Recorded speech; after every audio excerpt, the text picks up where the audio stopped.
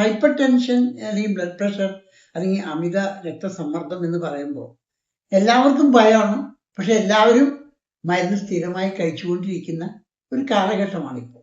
ഇതിന് പ്രധാനത്തിന് നമ്മുടെ ജീവിതശൈലി അത് പ്രധാനമായിട്ടുള്ള കാരണമാണ്. അപ്പൊ നമ്മളെല്ലാവരും ഹൈപ്പർ ടെൻഷനെ പറ്റി ഒരു ഡോക്ടറോട് ചോദിക്കുക അല്ലെങ്കിൽ ആരോട് ചോദിച്ചാലും നമ്മൾക്ക് അതിനോടനുബന്ധിച്ച് വരുന്ന രോഗങ്ങൾ, സ്ട്രോക്ക്, ഹാർട്ട് അറ്റാക്ക്, ഇങ്ങനെ കുറേയധികം രോഗങ്ങളെ കേൾക്കുമ്പോൾ തന്നെ എല്ലാ വ്യക്തികൾക്കും ഭയവും മനസ്സിലുണ്ടാവും. അപ്പൊ അതുകൊണ്ട് പ്രഷറിന്റെ ഗുളിക നിർത്താൻ പേടി, പ്രഷറിന്റെ ഗുളിക കഴിക്കാൻ പറ്റുമോ, ഇങ്ങനെയുള്ള സംശയങ്ങൾ മുഴുവൻ നടന്നുകൊണ്ടിരിക്കുന്ന ഒരു കാലഘട്ടമാണത്.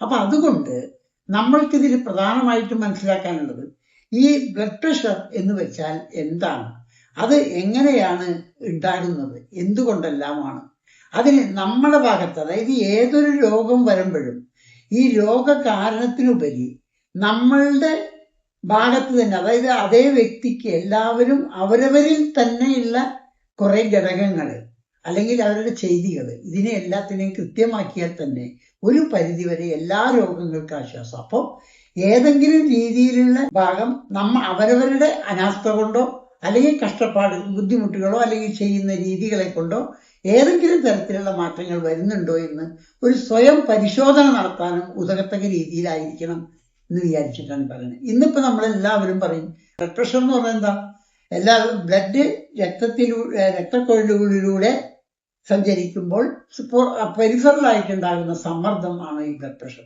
അതില് സിസ്റ്റോളിക് പ്രഷർ, അതായത് contraction, heart contraction systolic pressure എന്നും വികസിക്കുമ്പോൾ ഡയസ്റ്റോളിക് പ്രഷർ എന്നും പറയും. അത് 120/80. ഇതിലുള്ള വേരിയേഷൻസ് നമ്മളിൽ വരുത്തുന്ന മാറ്റങ്ങൾ, ഇപ്പൊ അതിന് സാധാരണ രീതിയിൽ നമ്മൾ വരുന്ന മാറ്റങ്ങൾ വെച്ചാൽ ഈ ബ്ലഡ് പ്രഷർ കൂടി, ഇപ്പൊ 120 എന്നുള്ളത് കൂടുതൽ വന്നു അല്ലെങ്കിൽ കുറവ് വന്നു. ഈ ബ്ലഡ് പ്രഷർ വരണമെങ്കിൽ ഈ രക്തധമനികളിൽ കൂടി പോകുന്ന രക്തത്തിന്റെ അതിന്റെ ഫ്രീക്വൻസി, അതിന്റെ വിസ്കോസിറ്റി, ഇതിനെ എല്ലാത്തിനെയും, വാൾസിന്റെ കട്ടി, ഇതിനെല്ലാത്തിനെയും ബേസ് ചെയ്തിട്ടാണ് ഈ പ്രഷർ സംഭവിക്കുന്നത്. അപ്പോൾ കേവലം ഒരു ബ്ലഡ് പ്രഷറിന്റെ മെഷർമെന്റിൽ മാത്രം ഒരു മരുന്ന്, ഔഷധം നിശ്ചയിക്കുക എന്നത് ശരിയല്ല. അതുകൊണ്ട് ഒരു പ്രാവശ്യം പ്രഷർ നോക്കിയപ്പോൾ പ്രഷർ കണ്ടു ഉടനെ തന്നെ മരുന്ന് കഴിക്കുക അല്ല, അതിൻ്റെതായ അവസ്ഥ. അപ്പൊ നമ്മൾ ചെന്ന് കഴിഞ്ഞാൽ ഒന്ന് റിലാക്സ് ചെയ്തിരുന്ന് നോക്കിയതിന് ശേഷം പ്രഷർ, അപ്പൊ പ്രഷർ ഉണ്ടാകാൻ സാധ്യതയില്ല ഏതെങ്കിലും അസുഖങ്ങൾ ഉള്ള ഒരാളാണോ, അല്ലെങ്കിൽ അറിവില്ലെങ്കിൽ തന്നെ ആ പ്രഷർ വരുന്നതോടൊപ്പം അതിൽ പ്രധാനപ്പെട്ടതായ ഏതെങ്കിലും രോഗം ആ വ്യക്തി ഉണ്ടാവാൻ സാധ്യതയുണ്ടോ, അല്ലെങ്കിൽ ഏതെങ്കിലും അവയവങ്ങളെയോ സിസ്റ്റത്തെയോ അല്ലെങ്കിൽ ടെൻഷൻ സൈക്കോസൊമാറ്റിക് ആയിട്ട് വരുന്നതോ ഏതെങ്കിലും രീതിയിലുള്ള ഘടകങ്ങൾ ഉണ്ടോ എന്നുകൂടി ഒന്ന് മനസ്സിലാക്കിയിട്ട് പ്രഷറിന് ചികിത്സിച്ചാൽ തീർച്ചയായിട്ടും ഒരു പരിധി കൂടി മാറ്റം വരും. അല്ലാതെ പ്രഷറിനുള്ള ഗുളികകൾ കഴിച്ചാലേ നമുക്ക് മുന്നോട്ട് കൊണ്ടുപോകാൻ പറ്റുള്ളൂ. അതായത് നമ്മളെല്ലാവരും ജീവിക്കുമ്പോൾ നമ്മുടെ ബോഡിക്ക് ഭക്ഷണം, ഇപ്പൊ ചോറ്, അതുപോലുള്ള ഏറ്റവും എസെൻഷ്യൽ ആയിട്ടുള്ള സാധനങ്ങളെ കുറയ്ക്കാൻ പറ്റില്ല. അതിന് ഒരു അഡീഷണൽ ആയിട്ട് മെഡിസിനും കൂടി നമ്മുടെ ശരീരത്തിലേക്ക് കയറിക്കൊണ്ടിരിക്കുന്ന ഒരവസ്ഥ സംജാതമാക്കാതിരിക്കാൻ എല്ലാ വ്യക്തികളും ശ്രദ്ധിക്കണം. അതുകൊണ്ടാണ് ഇപ്പൊ നമ്മൾ ചികിത്സിക്കുമ്പോൾ ഞാനിപ്പോ കഴിഞ്ഞ 10-50 വർഷമായിട്ട് പ്രാക്ടീസ് ചെയ്യുന്ന ആളാണ്. അപ്പൊ പ്രഷർ വരുന്നത് വേണ്ട, രോഗികൾ ആരെങ്കിലും മുമ്പിൽ വന്നിരുന്നാൽ തന്നെ മുമ്പിൽ വന്നിരുന്നാൽ തന്നെ പറയും പ്രഷറിന്റെ മീറ്റർ കണ്ട എന്റെ പ്രഷർ നോക്കൂ എന്ന് പറയും. പ്രഷർ ഇല്ലെങ്കിലും പ്രഷറിന് ചികിത്സിക്കുന്ന ആളല്ലെങ്കിലും പ്രഷറിന്റെ മീറ്റർ കാണുമ്പോൾ തന്നെ പ്രഷർ നോക്കാനുള്ള ഒരു ആഗ്രഹം. ഇതുപോലെ നമ്മൾ ആക്സിഡന്റലായിട്ട് നോക്കുമ്പോൾ കണ്ടത് നമ്മൾ പറഞ്ഞു, അപ്പൊ അവർക്ക് ടെൻഷനായി, പിന്നെ ഇടയ്ക്കിടയ്ക്ക് നോക്കി പ്രഷർ. നമ്മളിൽ ഉണ്ടാകുന്ന ഉത്കണ്ഠ തന്നെ ഈ പ്രഷറിനൊരു പ്രേരകമാകാതിരിക്കാൻ നോക്കുക.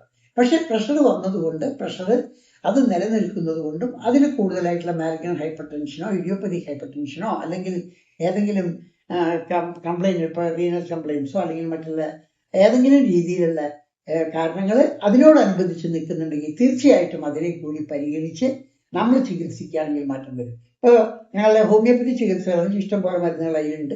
അതേപോലെ തന്നെ എല്ലാ വഴി. അപ്പൊ എപ്പോഴും നിങ്ങൾ ഡോക്ടർമാരുടെ ചികിത്സ, ഡോക്ടർമാർ പറയുമ്പോൾ, അതായത് ഡോക്ടർമാരോട് നമ്മൾ രോഗം പറയുന്നതിന് മുമ്പ് ഡോക്ടർമാർ നോക്കിയിട്ട് പ്രഷർ കണ്ടുപിടിച്ച് അതിനുള്ളൊരു ചികിത്സ നൽകുമ്പോൾ തീർച്ചയായിട്ടും ആ ഡോക്ടർ പറയുന്ന നിർദ്ദേശാനുസരണം ചികിത്സിക്കുകയാണെങ്കിൽ ഒരു പരിധി വരെ വരും.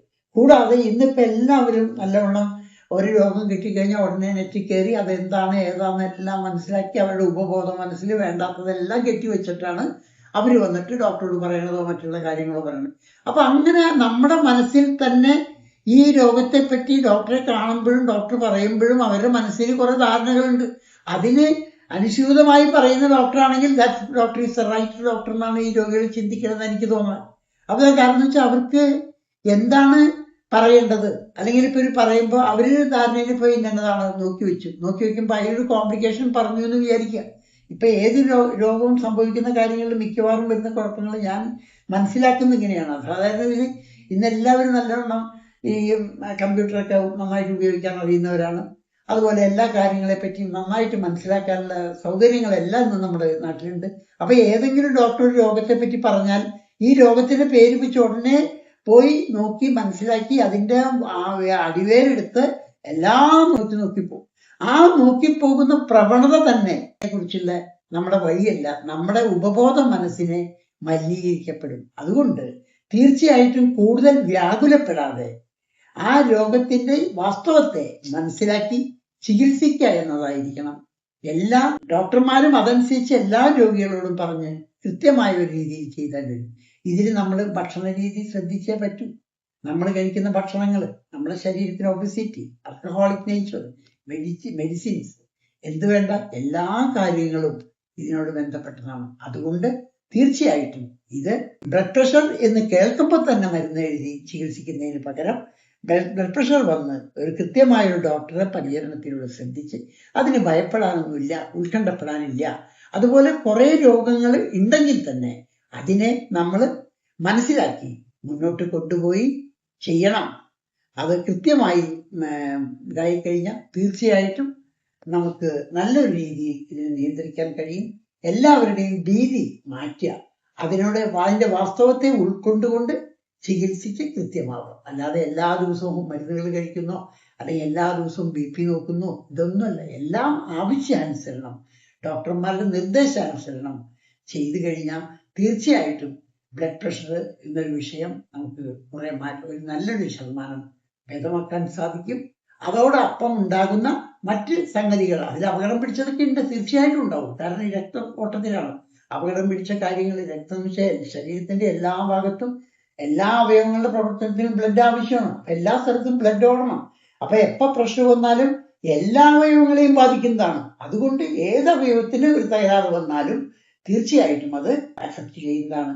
ഇതുകൊണ്ട് എല്ലാവരും ഹൈപ്പർ ടെൻഷൻ ഡോക്ടർമാരെ കണ്ട് കൃത്യമായ രീതിയിൽ നോക്കി അതിന് നല്ലൊരു പരിചരണം കൊടുത്ത് നീണ്ടു പോകുകയാണെങ്കിൽ നല്ല അതിന്റെ വിദഗ്ധ ചികിത്സ നടത്തി, അതിനെപ്പറ്റി ചികിത്സ വിദഗ്ധ പരിശോധന നടത്തി രോഗത്തെ നിർണയിച്ച് കൃത്യമായ അളവിൽ ചികിത്സിക്കുന്നത് വളരെ